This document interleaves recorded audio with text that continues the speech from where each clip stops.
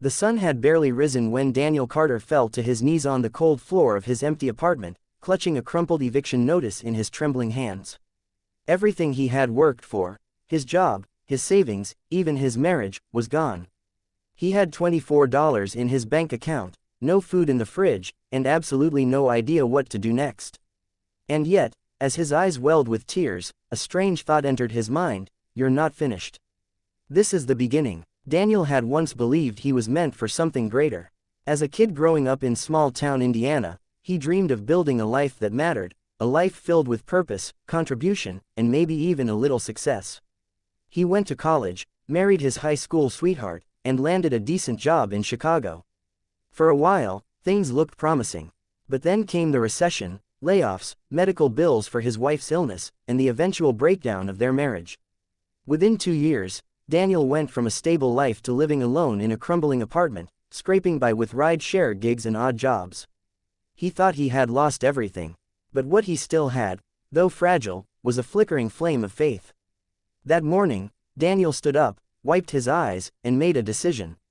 He wouldn't give up, not yet. He walked to the nearest public library, not knowing what he was looking for, only that he needed answers. Something pushed him to type, "How to Start Over with Nothing," into the search bar. Among the sea of advice and motivational content, one video caught his eye, a lecture about the power of belief by a speaker named Nathan Brooks. The man spoke about vision, self-worth, and the idea that faith isn't believing when things are easy, it's believing when all evidence tells you not to. Daniel didn't know why, but that message hit him like a bolt of lightning. He replayed the video 5 times that day. Inspired, Daniel began writing a plan, on paper he borrowed from the librarian. No big goals, just small steps: wake up early, apply to 3 jobs per day, volunteer twice a week, spend 1 hour reading something uplifting, eat 1 healthy meal daily. He couldn't control everything, but he could control what he did today. Days turned into weeks. He was rejected 37 times. But on the 38th application, a local mechanic shop offered him a part-time job cleaning the garage. It was far from glamorous, but it was honest work, and he took pride in doing it well. He used his lunch breaks to read books on personal development. He kept a notebook where he wrote quotes that reminded him why he was still trying. One rainy afternoon, the shop's owner, Mike, saw Daniel scribbling in his notebook. Curious, he asked him about it.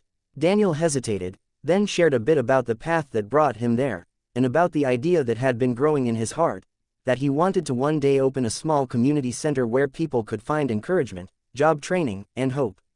"You really believe in that?" Mike asked. "With everything I have," Daniel said quietly. Mike nodded. A week later, he introduced Daniel to a friend who ran a nonprofit. They were looking for someone with grit, humility, and heart. Daniel volunteered. Then he was hired part-time. Eventually, full-time. In 2 years, he worked his way up to program director. All along the way, Daniel never forgot those early mornings in the garage, or the days he skipped meals just to save a few dollars. But what he remembered most was that it wasn't luck or talent that brought him through, it was faith. Faith in something he couldn't see yet. Faith in himself. Faith that the struggle had a purpose. The real turning point came on the 5th anniversary of his lowest day.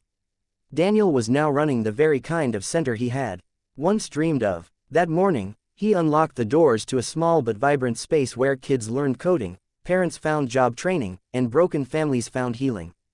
As he walked in, he noticed a young man sitting quietly in the corner, shoulders slumped, holding a worn-out backpack. Daniel sat beside him and asked if he was okay. The boy said he had nowhere to go. His family kicked him out. He had no job, no plan, no hope.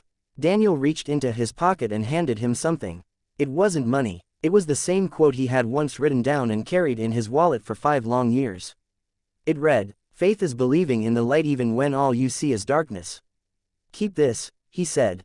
"I know it doesn't look like much. But if you keep moving, even just a little every day, things will change. You don't need to see the whole road. Just the next step." The boy looked at him, unsure. Daniel smiled and added, "I know because I've been where you are." That night, Daniel walked home under the same Chicago sky that once looked so hopeless. But now, it looked different. Not because the city had changed, but because he had. His story wasn't one of instant success. It was a story of perseverance, of rising after falling, of rediscovering purpose in the ashes of failure. He learned that the most powerful force in life isn't luck or timing, it's faith. Not faith in religion alone, but faith in possibility. Faith in effort, faith in the unseen. Daniel Carter's story is proof that sometimes, when life breaks you down to nothing, it's not the end. It's the beginning of who you were really meant to be.